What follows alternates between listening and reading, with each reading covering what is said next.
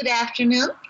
I am Arzu Yorgancıoğlu, Advocacy Council Chair of European Respiratory Society, and it's my pleasure to welcome you all to this important webinar, which we have a very distinguished panel of speakers and outstanding members of the European Commission, European Society of Radiology, and European Cancer Organization. We, as ERS, very much value the early screening of lung cancer, which is the biggest killer among cancers. But we know that lung cancer is a preventable disease, such as the other non-communicable diseases. And dealing with health inequalities and social determinants of health, such as tobacco, air pollution, climate change, respiratory viruses, occupational exposure, migration, poverty, and gender inequalities, we believe is so crucial. So we also believe that there are important policy options that could complement lung cancer screening. So we need to target for countries to increase early diagnosis by 20% by 2030. So those low-dose CT screening can save many lives. Lung cancer research shows very positive perspectives for the prevention, early detection, and the breakthrough treatments, but yet lung cancer is still significantly under-researched and underfunded, and it receives only 5.6% of overall cancer research funding worldwide. So we need funds for lung cancer research in EU, in IAM, and national research programs also should be increased, we believe that. So we as ERS believe that European Union's Beating Cancer Plan can make a difference. So today in our webinar, as I have mentioned, there are many important speakers here. And before going to our speakers, I would like to remind you some housekeeping issues that we know. I would like to inform you that the session is being recorded, and please use the chat screen if you would like to ask any questions. Your questions are more than welcome. First, I would like to introduce Paolo Guglielmetti. He is the Principal Administrator in the Europe's Beating Cancer Plan Task Force, DG Sante, in European Commission, and he's going to talk about Europe's Beating Cancer Plan. Yes, Paolo, the stage is yours, please.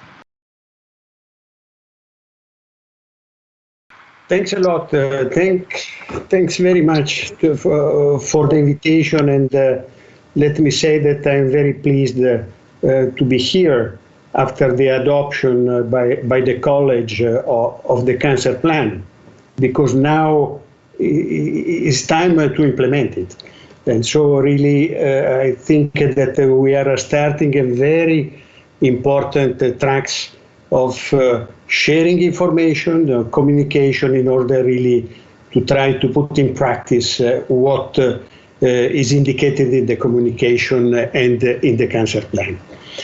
The European Beating Cancer Plan, next slide please, has been adopted on, as you know, the 3rd of February this year, and after an extensive consultation with the stakeholders. This is a very important element to be considered. The plan is a key pillar of the European Health Union and outlines substantive actions to support structural improvement for a more sustainable cancer pathway and to mitigate the impact of COVID-19, also pandemic, on cancer care. Next slide, please. The structure of the plan, maybe I'm repeating something that you know very well, but these elements are very important. 4 main pillars will sustain the cancer plan. The 4th pillar will really address the entire pathway of cancer care, from prevention to support of survivorship.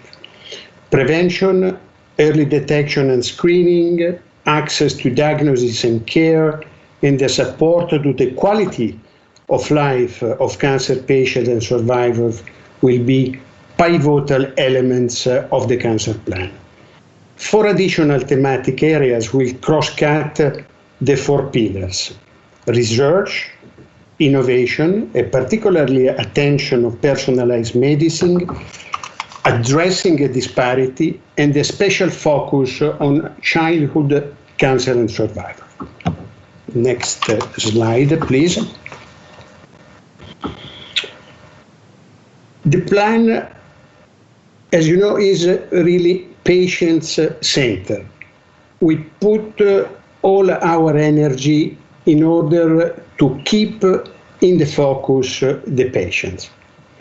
And it follows a health in policy approach. So the 2 elements are really interlinked, with action and initiative which have a relevant impact on cancer prevention and care. We cannot act alone as a health sector. We need to work with the other sector. This action under the plan will be implemented via 10 flagships that are major action and 32 targeted initiatives, which may be supported also by non-health sectors such as employment, energy, and digitalization. But not only these 3 elements.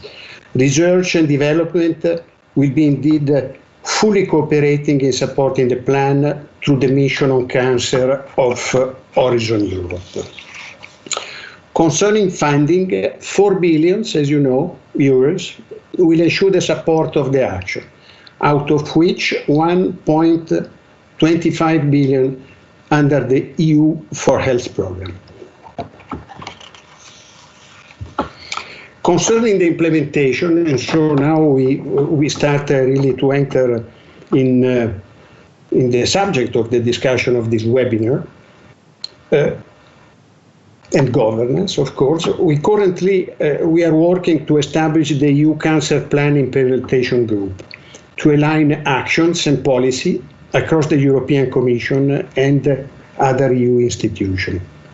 We are working with other colleagues in doing that inside the overall Commission. The cancer plan is not only a health cancer plan, it is the Commission cancer plan. The group, meaning the EU Cancer Plan Implementation Group, will meet regularly to discuss and review the implementation of the plan and of the foreseen Horizon Europe mission on cancer. It will work closely with the European Parliament committees, which deal with cancer-related issues, and it will meet with the Member States authorities through the subgroup of cancer of the Steering Group on Health Promotion and Disease Prevention and the Management of Non-Communicable Diseases. The group, indeed, will consult and work very closely with the Stakeholder Contact Group that is currently being established under the Commission Health Policy Platform. And I invite you to, in particular, follow the stage and the steps of creating the Stakeholder Contact Group, because, of course, will be an additional element to give your input in the co-creation of the future activities under the plan. Next slide, please, is the last one. And I put in this slide some elements that can trigger and boost a little bit the discussion of the round table, which is the area for potential links of the cancer plan with your sector. In fact, a relevant number of thematic areas under the 4 pillars and of the cross-cutting initiative may have a link very strongly with respiratory tract cancer, including lung cancer. But we scroll down now very quickly some keywords and some elements that may be of your interest. The revision and the update of the European Code Against Cancer, the target for achieving a tobacco-free generation. The work that we will do to try to align quality standard with WHO guidelines that still remain a little bit non-aligned. The measure to reduce worker exposure to hazardous substances, and in the cancer plan and the communication, in particular, radon and asbestos are quoted in this perspective. All these are elements that have a close link with cancer prevention, with lung cancer prevention in particular. With early detection, the new cancer screening scheme, this is an outstanding chapter of our discussion in the short-term time. So the revision of the proposal of the revision of the Council recommendation on cancer screening, trying to understand if it is now really the right time and the scientific evidence can support this kind of really important objective to understand if we can go beyond breast, colorectal, and cervical cancer to extend the cancer screening, for example, to lung cancer, but also we will discuss prostate and gastric cancer. This will be really a crucial chapter.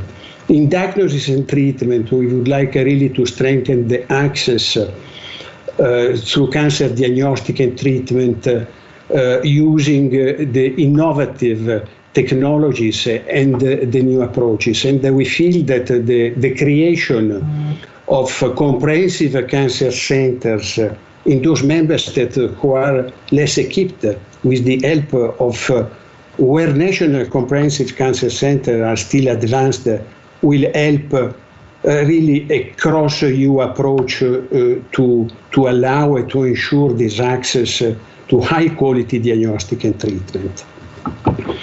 Quality of life of survivorship is of pivotal importance for us. And so I think that you perfectly understand with your constituencies the importance and the key EU added value on this respect. But finally, and this is a quite really extensive chapter, the European Cancer Information System will be updated, and with the help of the Joint Research Center, the granularity of lung cancer and the cancer of the respiratory tract will benefit. And of course, the activities with our colleagues of the Cancer Mission for the research, the new establishment of a disparities and inequalities register will really help us in the future. And you are of pivotal importance also to contribute to this point. Last but not least, I forgot to put in the slides, is the training. We are planning an inter-specialty training programs, and I hope that you can really also give input in this sector. Thanks a lot for your attention, and fully available for question and discussion during the roundtable. Over to you. Thank you, Paolo, for this comprehensive and inspiring presentation. We believe that all 4 pillars are so crucial in this plan, and especially for the patient-centered approach, horizontal approach, and the quality of life are so much important. And we will be more than happy to follow the flow of the plan and contribute at each stage as much as we can. Now it's time for the virtual roundtable, and I would like to start with Johanna Kratoskova-Winimko.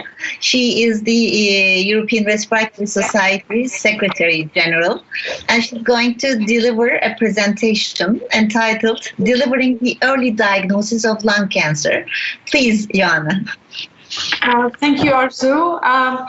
It's probably be a quite short presentation. However, I would like to address major points regarding lung cancer and its place in the Europe's Beating Cancer Plan, I must say I would like to start by saying that we as the respiratory community, we welcome the Europe's Beating Cancer Plan with great hope.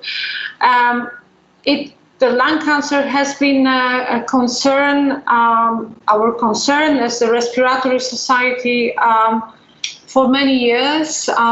It has been highlighted as the major clinical, economical, but first of all, healthcare burden many times, as exemplified here by the excerpt from the European Lung White Book published by European Respiratory Society in 2008. So quite a number of years ago, but still we are in 2021 now, and as you can see, we still face a significant numbers, and those numbers, I must say, are quite impressive in a negative way. In 2020, there were almost 400,000 newly diagnosed patients with lung cancer in Europe, and almost 250,000 of deaths due to lung cancer.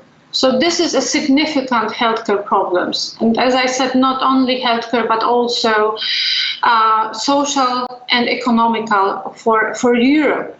And the estimated incidence, as shown here on the picture, represents significant differences between the countries, with Hungary, Poland, Denmark as one of the highest incidence countries. But still, there is no specific pattern here in terms of new cases. However, if one looks at the 5-year survivorship, there is an interesting pattern that really shows differences by region. So you can see here the northern, southern, Central Europe, Eastern Europe, and also UK. And I think it's quite easy to see that there are significant differences in between those countries that speak, I believe, and for the importance of other factors that just risk factors or disease per se. And in my opinion, the quality of cancer care also very much affects the survivorships, and therefore the Europe's cancer beating plan is, as I said, a great hope for us. First of all, it's of course about early diagnosis. I use the word vigilance because I think it's also about vigilance. It's not only about the tools, as for example lung cancer screening, but the way we implement it. We have to implement it proactively, and it's really important in terms of lung cancer that lung cancer screening is a part of the screening programs in Europe, and it's properly targets high-risk groups. But one cannot really use properly the screening, the outcome of screening without the good quality care, without properly addressed clinical practice guidelines on diagnostic and treatment.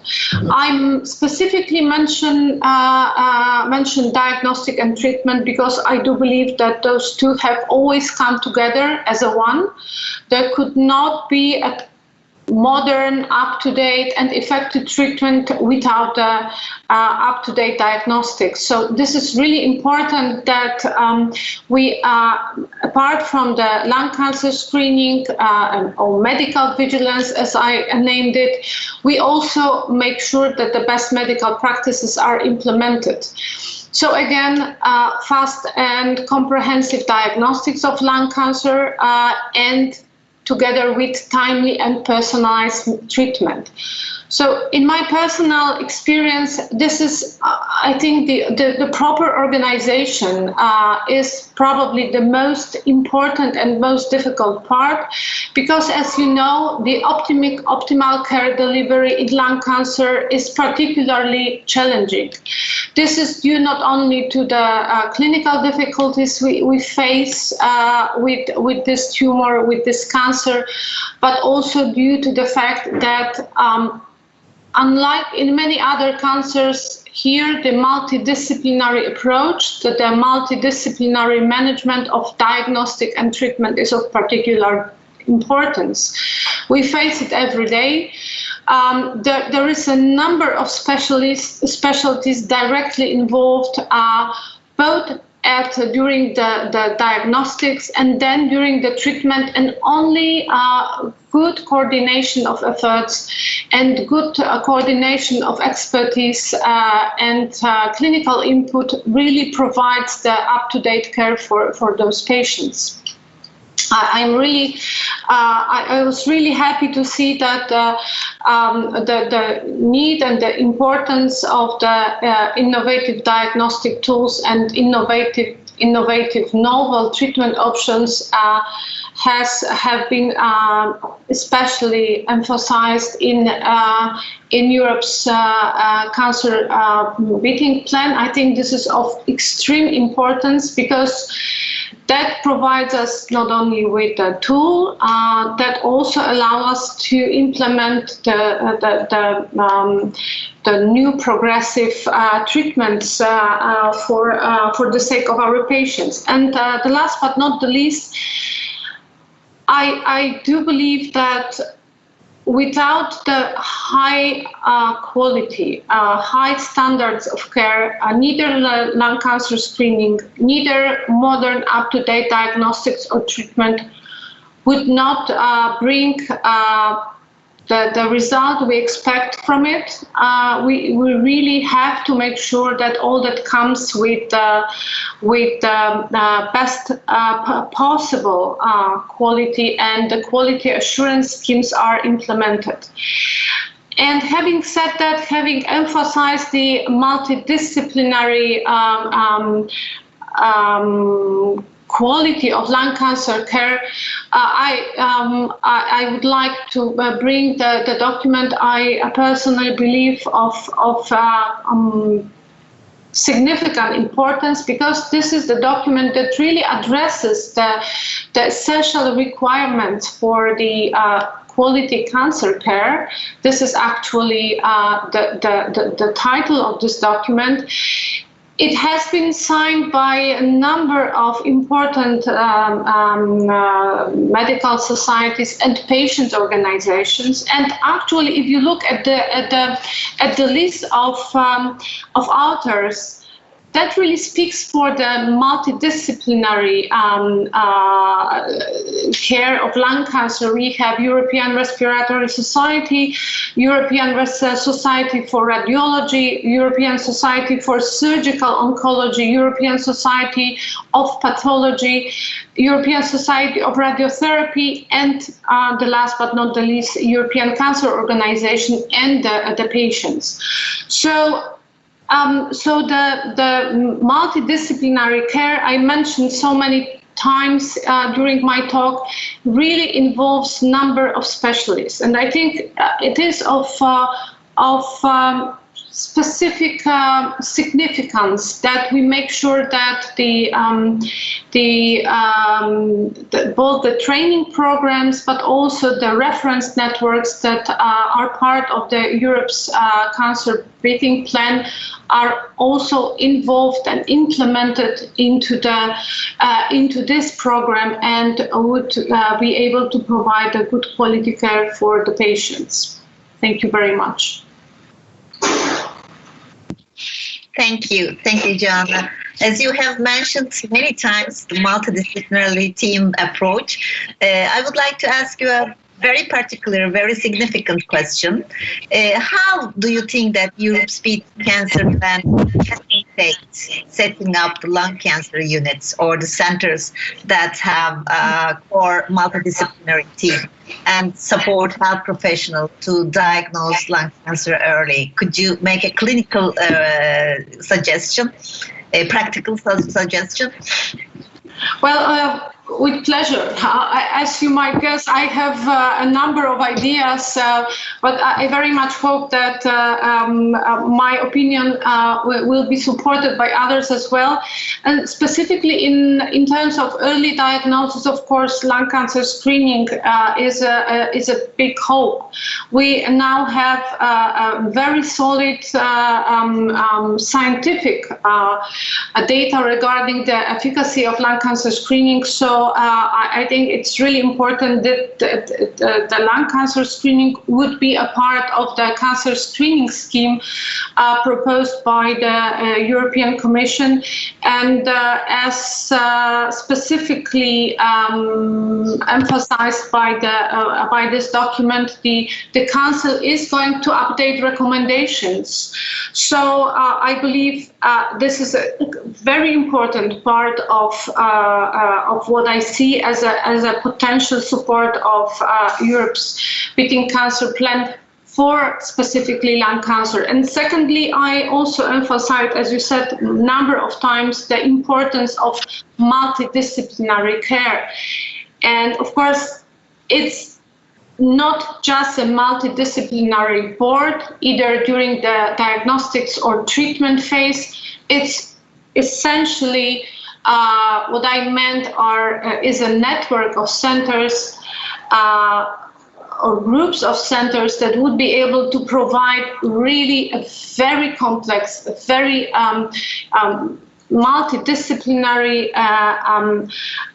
specialized care for those patients. And for that, we first have to make sure that indeed the reference networks, as proposed by the Europe's Beating Cancer Plan, are truly dedicated to specific organs.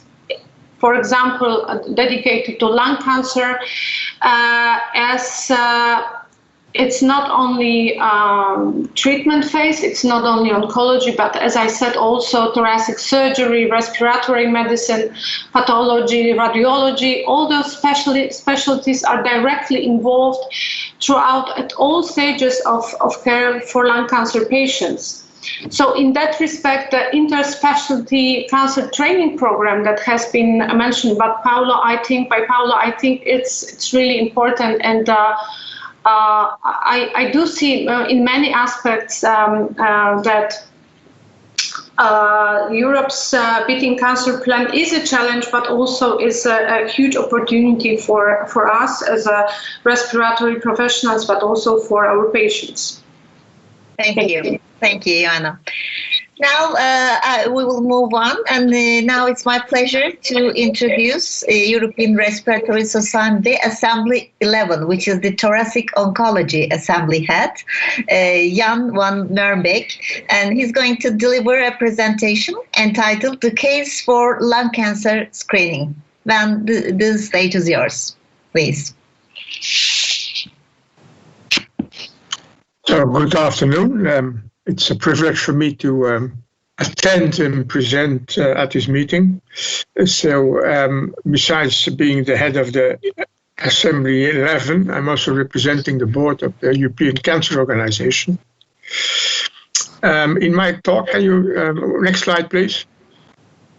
So, in my talk, I will try to address three important questions regarding screening for lung cancer. Is why should we do it?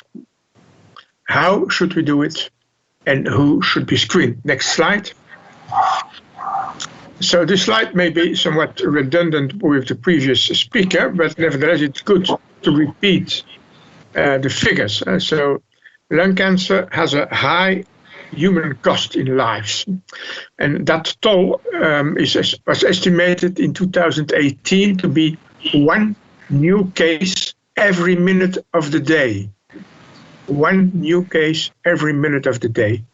And within that minute, within 83 seconds, one of those patients dies of lung cancer. And half of these people dying were diagnosed within the previous year. So this is the grim toll and the grim prognosis. 5-year survival with lung cancer diagnosed is less than 20%, and even in some countries of the EU, even less than 13 and 12%. So this is dramatic. Next slide. On the right side of the side of the slide, you can see the incidence data for different European countries and the mortality data for the different European countries. And as already mentioned by the previous speaker, there is a gradient, and some countries are more likely have a higher incidence and a higher mortality. Among these are the Netherlands, a number of East European countries, the UK. But okay, we will not focus on that issue. The other issue is that this human cost translates also in a high budgetary cost. And it has been estimated that in 2009, which is 12 years ago, the cost for caring of lung cancer was already 18.8 billion euro at that moment. Now we are 12 years later, and besides the regular treatment, we have now immunotherapy, targeted agents. So the cost is now definitely much higher. It is estimated that the cost for immunotherapy with the checkpoint inhibitors is about 100,000 euro per quality adjusted life year. So these are tremendous figures. Next slide. Finally, this is not going to improve the burden of lung cancer and the human burden and the financial burden of lung cancer will increase. So although in male the incidence is decreasing, that's the right portion, the right part of the slide, this is, let's call it, compensated by an increase of lung cancer incidence, mortality and costs in women. So we cannot, no, the question is, can we afford to further pump billions of euro in the care of advanced lung cancer, and should we not try to curb that epidemic by an early diagnosis? Next slide. I have an ambulance in the background. Okay, so it's better now. So the way forward, besides smoking cessation and smoking prevention, which remain the cornerstone in primary and secondary prevention, is what we now call lung cancer screening. And lung cancer screening has been shown to decrease the lung cancer mortality. There are now several, at least 2 large-scale randomized trials, which have shown that a yearly low-dose spiral CT scan of the chest, of the full chest, with volumetric analysis of the non-calcified nodules found that CT scan. And this reduced lung cancer mortality, next slide, with more than 20%, and in one of the studies also overall mortality. And on the right side of the slide, you see that famous the curve, which shows mortality as a function of time in the so-called Nelson trial. This is a European trial conducted in the Netherlands and in Belgium, where high-risk participants were randomized between a low-dose CT scan as a yearly screening exam versus no screening.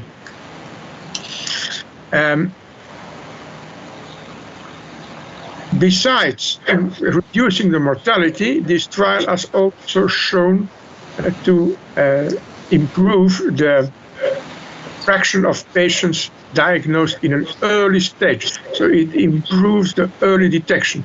And as we know that early stage is the strongest predictor of better survival, we might translate this inversion of the stage distribution into an improvement of survival, of outcome. Although the formal data on cost effectiveness are not yet available for those European trials.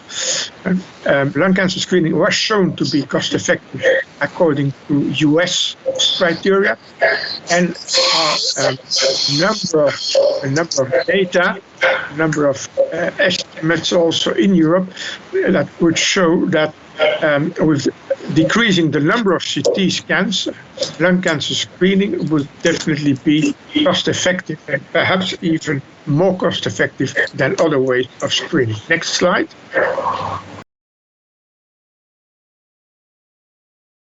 Next slide.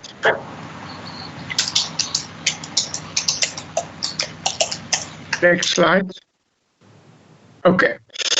So who should be screened? For the moment, the guidelines or the recommendations are that current and ex-smokers should be screened between the ages of 55 and 80 years of age. So very recently, the US Public Health Service has somewhat changed these borders and has recommended starting at 50 years, but I think now in Europe most experts still consider the age limit of 50, the lower age limit of 55. Men and women should be screened, and the ex-smokers should have quit less than 15 years. And screening should continue yearly until either the patient is older than 80 years or has quit more than 15 years ago.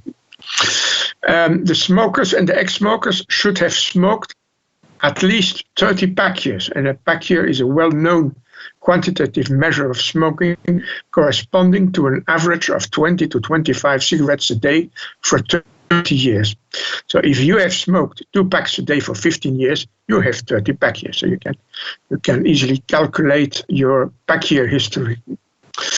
And we are aware, and the experts are aware, that with these criteria, we will describe the highest risk population, the population that the highest risk for developing lung cancer. But we are also aware that with these criteria, we will not find all lung cancers in the community, also not in participants, in people who have smoked less than 30 years or have quit more than 15 years ago. So definitely these criteria we are using now are the best ones we have, but they are not optimal. And there are other populations at risk which definitely should also be screened in a second stage, like people with certain comorbid diseases, people who have certain hereditary conditions, or people who have been exposed professionally to certain organic or inorganic compounds during their professional career.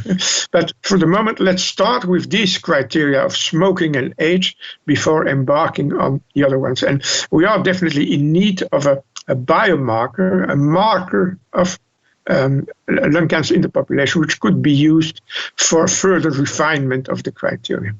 So having said that, let me once again thank the organizers for this opportunity. And let me stress again that we should not again have to prove the validity of lung cancer screening.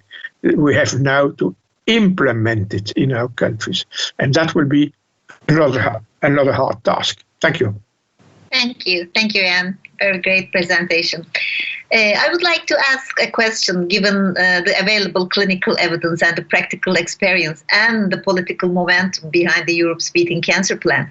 How do you think that how can EU institutions help further develop and implement lung cancer screening programs? And what is the proposed realistic time frame for that, do you think? Well, we can look at the other cancer screening programs in Europe. So, in most countries, the authorities will wait until the EU Commission has provided a recommendation or a guideline to screen. And certainly with the budgetary cost, which is inherent to screening, they will more take the cautionary way and wait for full recommendations from the EU Commission. So my strong advice would be for the EU Commission is to give a strong recommendation in favor of lung cancer screening, so that we can start with that, and that the countries can implement it at a local scale. There will be differences. If you look at the fragmentation of cancer screening, for the available cancer screenings in Europe, there will be differences between the different countries regarding the tool used, or the age limits used, or the number of the frequency of screening. But okay, let's at least start with a certain minimum program, and that's what currently the ERS, the European Respiratory Society, is developing. We are developing via a task force a kind of standard operating procedure for a minimum set of criteria to which lung cancer screening should adhere. Okay, thanks. Now I would like to invite European Respiratory Society Assembly 11 Secretary Torsten Gerrit-Blom, and he's going to give a presentation on improved and accessible lung cancer treatments. Yes, Torsten, the stage is yours. Thank you very much, Azu. Dear colleagues, dear ladies and gentlemen, a very warm welcome from me here from sunny Berlin. And it's a real privilege to speak to you about new and improved lung cancer treatments. First of all, I think, as we've heard before, lung cancer is still one of the most commonest cancer. It's still the deadliest cancer, and it's also the most expensive cancer type in Europe. But let's not forget about the patients. Lung cancer patients, they suffer from the highest rates of comorbidities. So that's another issue that we need to address. And second, lung cancer unfortunately creates the highest symptom load in lung cancer patients. So I think this is important to address. But lung cancer, and this is one of my first key messages, is no longer a hopeless disease. It's just the opposite, and that's why it's not only a privilege but also a pleasure to speak to you today, because there have been major advances in lung cancer treatments over the last decades. And before I speak about the treatments, it's important to stretch that treatments do not go along per se, but they do need proper diagnostics, and diagnostics have also very much improved over the last 10 years. So one major point has been the issue of much better tumor biological profiling. And by that, by characterizing the lung cancer type much more in detail, we can tailor our treatment strategies much better, much more individually for our lung cancer patients. So one major breakthrough, I think, has been the joint initiative by IASLC, ERS, and ATS on the better subtyping of adenocarcinoma among the lung cancers, because it shifted from the previous only pathological profiling of adenocarcinomas to a joint multidisciplinary approach, taking into account radiology and also the pulmonologists as clinicians. So histological subtyping, immunohistochemistry has very much improved. Another, let's call it a revolution, has been the genetic testing in lung cancer. So it's no longer only small cell or non-small cell lung cancer anymore, no longer adenocarcinoma, squamous or other types, histological types of lung cancer, but it's the genetics that count. And certain genetic alterations, the first one has been the EGFR, activating EGFR mutation, can be targeted by certain drugs, and this has been a major breakthrough in lung cancer treatments. Also very important are the diagnostics, the invasive and non-invasive diagnostics. As I'm a pulmonologist, I can clearly say that bronchoscopy, endoscopy has very much advanced, be it endobronchial ultrasound, be it navigational techniques that we will need when it comes up to manage the suspicious finding deriving from lung cancer screening, but also the imaging part has very much improved. At the early 2010s, there was the PET CT that was area-wide implemented in countries, and MRI, of course, is also a very needed technique. As Joanna has pointed out, and as we will hear much more in the next talk, multidisciplinary team care, I think, has been a major breakthrough in the last 10 years. We have learned to work jointly as professions together, so it's not longer everybody is doing its own. The MDT meeting is channeling patients into the right treatment strategies, and this is really very much important.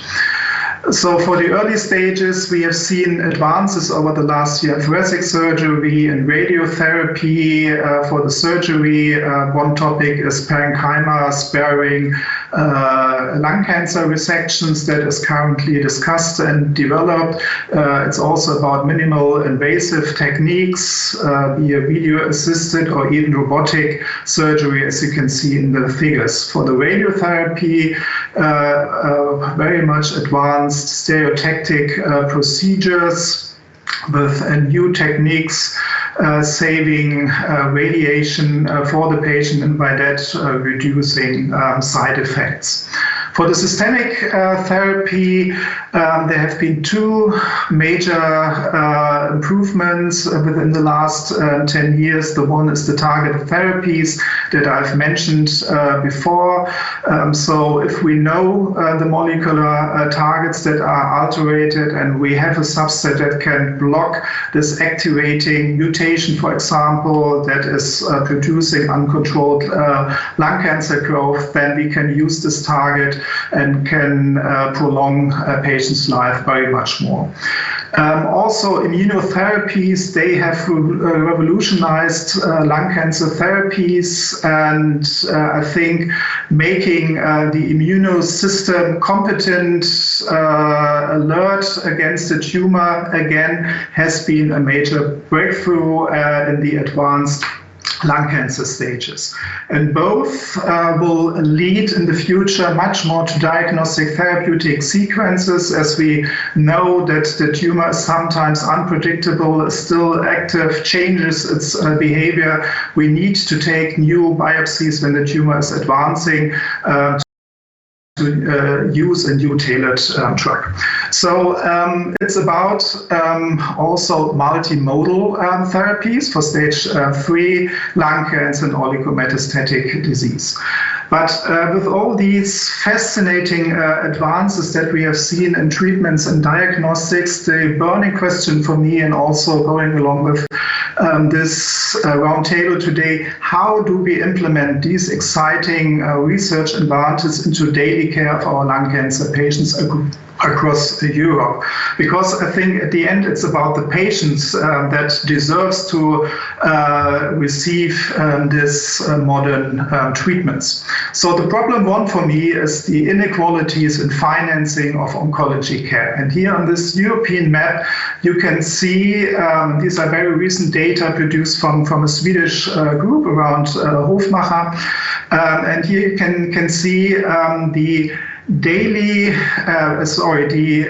yearly health expenditures on cancer care per capita, so per inhabitant. And you can see a huge range, ranging from 36 euro in eastern parts of Europe to up to 511 euro per capita per year spent on oncology in Switzerland. So we do see a substantial gradient from west to east, from north to south. And I think, as we all know, that all my colleagues, the nurses, all the other professions are doing great work on dealing with lung cancer patients. But sometimes it can be a burden if you are just working in some certain countries that are less funded. So I think that's one problem. The second problem is that this inequalities in healthcare expenditures somehow lead to differences, or may even explain the differences that we do see in terms of 5-year overall survival rates in lung cancer throughout Europe. Unfortunately, you see this gradient again from north to south, from west to east, with those countries funded poorer, having have more serious overall survival rates. So we should keep this in mind, and we should try to find ways to change this. There are other factors, but it seems that the expenditures on healthcare correlate with the overall lung cancer survival in countries. So we have to keep this in mind. Another problem is the availability of new treatments. And here's the EFPIA Patients Weight Indicator Survey. That's an annual survey performed by industry. It has been published last year in May. And here you can see the availability of drugs in European countries that have been EMA approved. So in the time frame from 2015 to 2018, there have been 43 drugs that have been approved by EMA, the European Medicine Agency. And as you can see, there's also a significant range from one drug then available, for example, in Serbia, up to 42 drugs available in Germany. And going along with this sometimes lack of availability, there's also the problem of timeliness, timely access to new treatments. And this is also very striking findings out of this report, showing huge inequalities throughout Germany, throughout Europe, sorry for that. So again, we do see a significant range from 2.5 months to up to 2.5 years before an EMA-approved drugs becomes reimbursed in European countries. And I think this fact is not tolerable. So I think we have to talk about this. So to summarize and to provide an outlook. So please, there is no stigma of lung cancer anymore. And if there is, we shall overcome it. Instead, lung cancer is as important as any other cancer disease. I think this is really important. We should develop the ambition to improve and harmonize standards in lung cancer care in Europe. And going along, we should find our mission. Let's translate this exciting clinical advances into routine care. Our patients deserve these advances. And for that, I would propose we need to assess, we need to highlight, and we need to solve existing inequalities throughout Europe. Thank you very much. So there is a lot to do. Oh, sorry, this was the wrong button. So that's my very last slide. If I move on. To say thank you, and if you would like to become active in our assembly, just contact us. Well, we need help because there's a lot to do. Thank you very much. Yeah. Thank you, Thorsten. Very important messages. For the sake of time, I would like to move on, keeping my question for the Q&A section, if we can have, to Hans-Ulrich Hopser. He is the former chair of the European Society of Radiology Research Committee, and he will going to deliver a presentation entitled "Fostering the Multidisciplinary Approach to Lung Cancer," which we have a lot. Yes, Hans, the stage is yours. Yeah, thank you very much. I don't prepare slides, and I just have to say we have seen that in Europe's Beating Cancer Plan, lung cancer really has to move in the first line. It is the biggest killer, and it has long been neglected, maybe due to stigma or other causes, but there's a lot to be gained within lung cancer. For the multidisciplinary approach, we have seen that the respirologists are in the driver's seat of this, but many other disciplines and expertise is needed. It's on the diagnostic side, like the radiologists and the pathologists. Then it's on the therapeutic side and has become so widespread. And all of these disciplines are driving their own innovations. So it is respirologists, it's thoracic surgeons, it's oncologists, radiation oncologists. And we should not forget non-physicians. There is a nursing staff which is important. We need physiotherapists in lung cancer care. We will need psychologists for tobacco cessation programs, and we need the patient representation in these programs. Because for lung cancer, it's important. We have oncology. We need cancer care on one hand, but we also need respiratory care because especially when we're moving to early detection screening programs, we will have more and more lower stage cancers, and we need innovative therapeutic, also surgical approaches, which will be organ sparing. And then we need to find the right balance between vigilance and surveillance, because many of these patients will develop a secondary lung cancer later in their hopefully prolonged survival.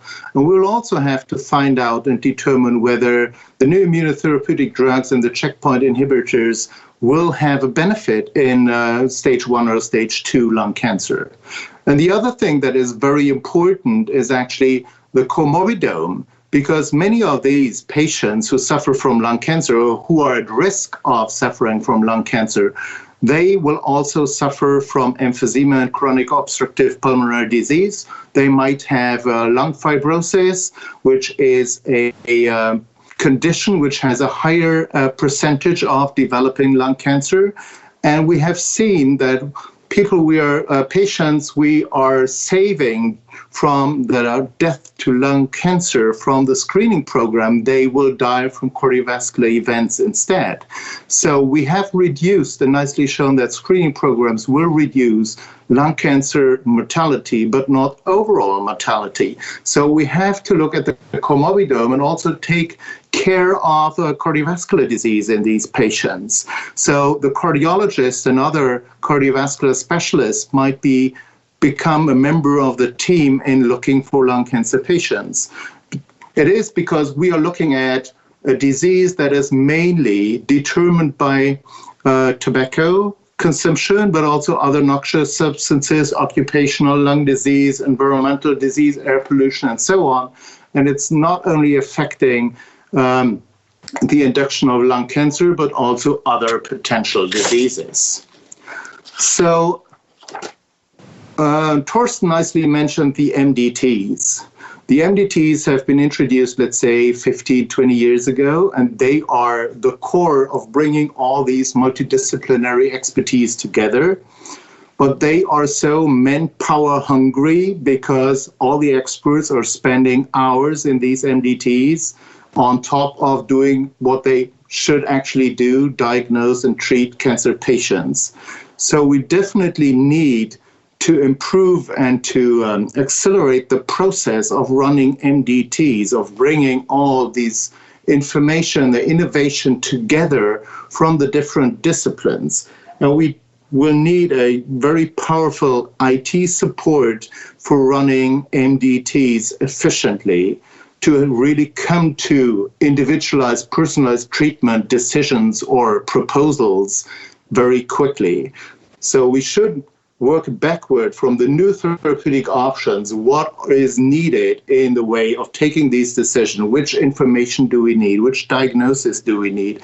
Do we need complete genetic profiling of all the cancers, or how could we just come up with stepwise approaches of what we need so that we can really streamline the way MDTs are working in order to fulfill, I think, the request and the requirement that all lung cancer patients should be seen by an MDT kind of activity, so that all these expertise are coming together to really propose the best personalized treatment for the individual patient.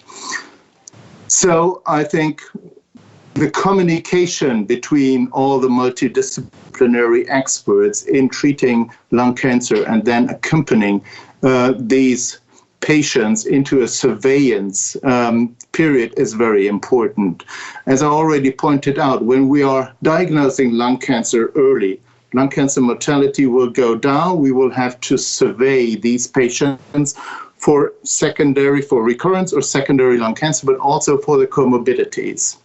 And this is the real challenge that we have to address. Thank you. Thank you. Unfortunately, we are running out of time. Maybe we can have just one quick question from the audience. And if you have time in the end, before moving to our next speakers, just a very important question I'm going to choose. What about CT screening of workers in high-risk occupations? Who would you like to answer this question? Yeah, I think the issue, I will give it a try. So the issue is obviously an important one. There are some data in workers exposed to asbestos who have been also screened by low-dose CT scan, and so the figures are more or less similar regarding the frequency of lung cancer found, but the main big confounding factor is obviously the smoking habit. Most of the ones who had lung cancer found were also smokers. And so, if you want to do a screening in non-smoking, professionally exposed, I think we will need more evidence first, and we will need a biomarker in order to ascertain the risk. Biomarker is so important in this aspect.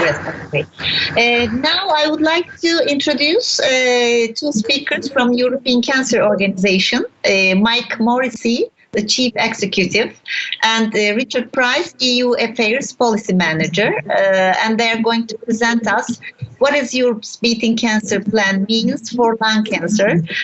We have only 10 minutes. I kind of ask them to be strict. Thank you. The stage is.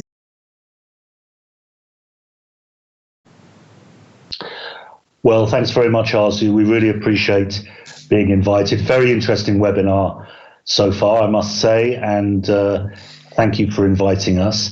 The European Cancer Organization, for those of you that don't know us, we're a federation of 34 oncology societies and 20 patient advocacy groups, all European or international in their scope. Obviously, the European Respiratory Society is one of our important members, as is the European Society of Radiology, and Lung Cancer Europe, a part of our patient advisory committee. And Jan was saying earlier that he's one of our board members, He's also the co-chair of our prevention network that we think will be playing an important role in the implementation of Europe's Beating Cancer Plan. And Richard, my colleague Richard, who'll be speaking in a minute, works very closely with Brian Ward, who heads ERS's policy team. We're a great believer in teamwork in advocacy. Influencing policymakers is all about those policymakers receiving the same message from many different directions. And Brian and his team have done a fantastic job, certainly in the 2 years that I've been involved at the European Cancer Organization, because lung cancer definitely is much higher on the agenda now than it certainly in the 2 years ago when I first joined the European Cancer Organization. So our approach, I think, to the Beating Cancer Plan is quite positive. I was pleased to hear Joanna's remarks earlier, and obviously Paolo was explaining the features, or some of the important features of the Beating Cancer Plan. I think we have to take stock a little bit as a European cancer community and say we've been calling for something like this for years, an intervention from the European Union with money behind it to intervene in healthcare policy, in particular cancer. And this plan, we believe, provides a real opportunity for us to deliver long-term change in the way that cancer is treated across Europe. Do we think the plan's perfect? Well, sorry, Paolo, not 100% perfect, but we think it's a massive step forward. And our job, we believe, as the European Cancer Organization and as a community more widely, is to make sure that now the plan has been announced, we keep momentum behind it, we make sure that it's implemented, because we think the devil is in the implementation. That's where the risk lies here. And we need to work together with the ERS team, ESR team, and Lung Cancer Europe to make sure that this plan doesn't sit on a shelf gathering dust somewhere. And if we go to the next slide, you can see that we've been doing some work on lung cancer. Joanna was talking about some of this earlier. Richard, why don't you pick this up? Yes, so one of the pieces of work that we do at the European Cancer Organization is try to bring together all of the different professions and disciplines involved in cancer care alongside patients to really outline in what we call essential requirements for quality cancer care what we're trying to achieve in a tumor type, where do we want to get to in every country. And we were very pleased last year to publish essential requirements for quality cancer care for lung cancer, covering many different topics, driving consensus across the piece on issues like performance and quality, on patient involvement, but also, and I think it was displayed in an earlier slide, the core and extended multidisciplinary teams involved in tumour care. And this is very important for us because it gives us the foundation, the mandate from our membership and from the cancer community as to what we're trying to see achieved. And therefore, it's highly informative to our work on the Beating Cancer Plan, and will be a core reference point to us as we get further into the discussion. And I would say that lung cancer, in the meetings that Richard and I have with MEPs, with the Commission, lung cancer, as I said earlier, is much more of a priority than it's been for a long time. And I think that there are opportunities for us, hooks, if you like, in the Beating Cancer Plan that we can maximise in our work on lung cancer. We have some focused topic networks, 9 focused topic networks with representatives of our members, patients and other stakeholders. I mentioned that Jan co-chairs the prevention one, which is doing a lot of work on primary and secondary prevention. But we've got networks on inequalities, quality cancer care, and a special network on the impact of COVID on cancer, where lung cancer is coming through in a lot of feedback from a lot of places as a real concern, the impact that COVID has had on late presentation of patients for diagnosis for lung cancer. And we had a roundtable meeting. Richard, why don't you talk about that?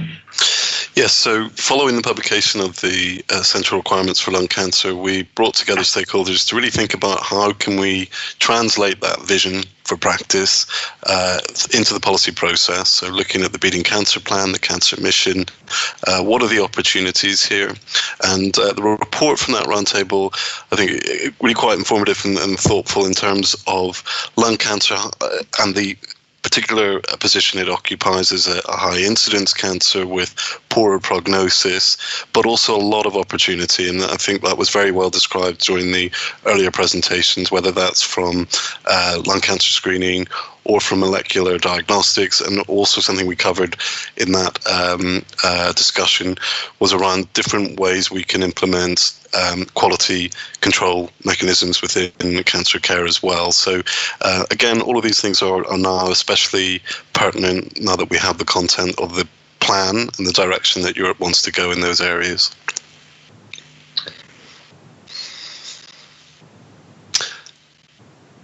So if I speak a little bit to the plan itself, this is I think it's a wonderful platform for the entire cancer community in terms of its holistic coverage across the continuum from prevention, early diagnosis, quality of life, survivorship, and then also encompassing many overarching components such as inequalities.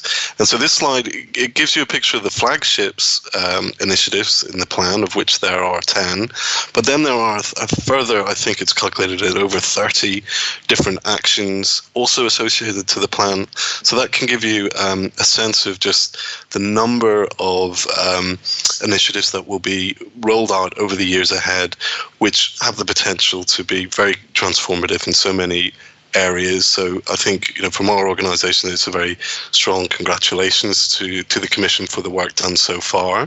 And I think it's a very good sort of signal or signpost of direction, but there's much detail still to be worked out as well. So in the conversations we've been having with our membership subsequent to the plan being published, some of the aspects of the plan that might be of a special interest to achieving improvement in the areas it's mentioned include an interspecialty training program and how we might be able to utilize that to improve things like psychosocial care for lung cancer patients. There is also a health literacy initiative. There are plans for European reference networks to pick up on rather neglected issues like metastatic cancer and how European cooperation could improve many of the ways in which we approach care for that constituency. It's also supported by significant levels of funding by the EU, so and that really deserves our concentration too. So there's 1.25 billion in the EU for Health programme to support the plan, alongside 2 billion in the EU Cancer Mission and Horizon Europe programme, plus recovery and resilience funding coming after COVID-19. So really, it's just we are a little bit spoilt for choice at the moment in terms of the different directions in which we can direct our attention to, and so I think it's a lot of things happening at once, but these next 12 months of working together are going to be really critical that we, as our part on the cancer community, respond to what's being presented and achieve the potential. Now, I don't know about you, Richard, but I don't want to get into trouble with Arzu, so we can wrap it up on the last slide. We've got our summit coming up on the 17th and 18th of November. Jan will be playing an important role in shaping our prevention and early detection screening part of that program. You can find out more about all of our work on europeancancer.org. Richard and I are here to support your work and always available for any advice or help that you need. Thank you very much for the opportunity. Excellent presentations, and we have learned a lot from each other, but I think that we have lots of things to do in the future, and we will be dealing with many issues like the timely access to medicine, practical issues, national limitations, stigmatization, and so on. So thank you very much for all of you who participate our webinar, and we are very much hoping that this important plan will come alive soon. And we are sorry that we couldn't answer all the questions, all the comments also, but we will be sending your comments and the questions to our speakers, and the session has been recorded. We all together try to change this devastating curve of lung cancer. Have a good afternoon. Thanks very much.